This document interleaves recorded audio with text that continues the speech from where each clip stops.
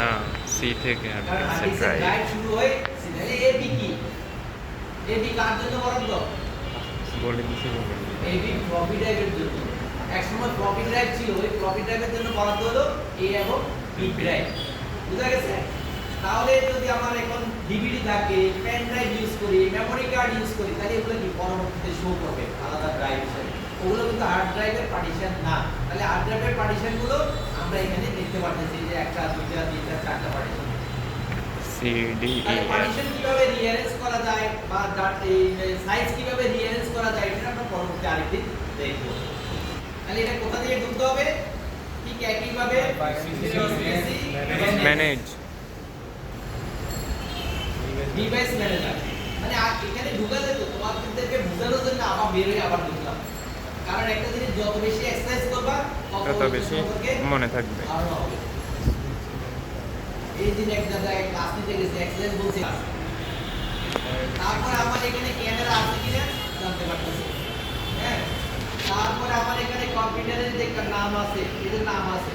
হ্যাঁ, এইখান থেকে বিশেষ ক্ষেত্রে আমি যদি চাই যে এখানে ধরনের কোনো পরিবর্তন আনতে চাই বা করতে চাই বা জানতে চাই, আমি এখান থেকে দেখতে পাবো। তারপরে হার্ড ড্রাইভের ভিতরে আমি দেখতে পাচ্ছি কোন কোম্পানি হার্ড ড্রাইভটা লাগানো আছে। Toshiba company. ঠিক আছে, তোশিবা কোম্পানি হার্ড ড্রাইভ লাগানো আছে, আমি এখান থেকে দেখতে পাচ্ছি। ডিসপ্লে এখানে ইন্টেলের মানে যে বিল্ডিং ডিসপ্লে আছে সেটাও লাগানো আছে, আবার এক্সট্রা কি আছে? একটা গ্রাফিক্স কার্ডও লাগানো আছে, এনভিডিআর একটা গ্রাফিক্স কার্ড লাগানো আছে। দুইটা জিনিস আছে, একটা হলো তার বিল্ডিং গ্রাফিক্স কার্ড এবং এনভিডিআর একটা আলাদা একটা গ্রাফিক্স কার্ড লাগানো আছে। তারপরে আছে দেখো এগুলো দরকার নেই কোনো কিছু।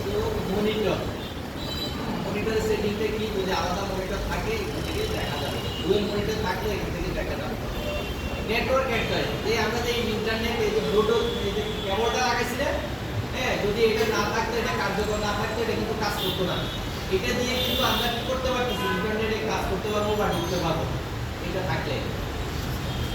এটা এখন সবগুলো অ্যাক্টিভ আছে, কোনো কারণে যদি ইনঅ্যাক্টিভ হয় তখন কি থাকবে? একটা আশ্চর্যবোধক চিহ্ন থাকবে, মানে সে এটা আইডেন্টিফাই করতে পারছে না। এক্সক্লেমেটরি।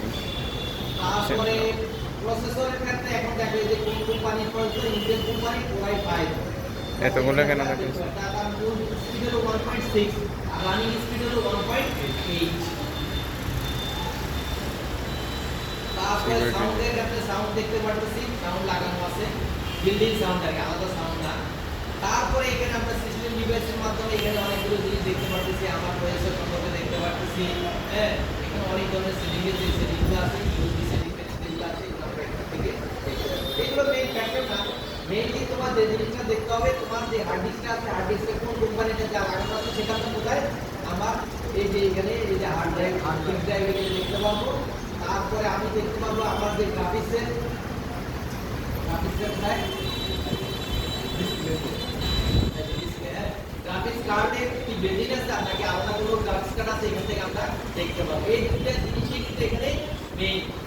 ঠিক আছে, তাহলে আমরা মোটামুটি দেখলাম আমার এখানে প্রসেসর কি আছে, আমার এখানে র‍্যাম কি আছে, আমার এখানে অপারেটিং সিস্টেম কি আছে, আমার এখানে হার্ড ডিস্ক এটা কোন ব্র্যান্ডের বা কোন কোম্পানির, আর হার্ড ডিস্কের ক্যাপাসিটি কত, মানে মোটামুটি একটা কনফিগারেশন আমরা এখান থেকে জানতে পারলাম। কিন্তু এই কম্পিউটারটা কবে অ্যাসেম্বলি করা হয়েছে এটা কিন্তু আমরা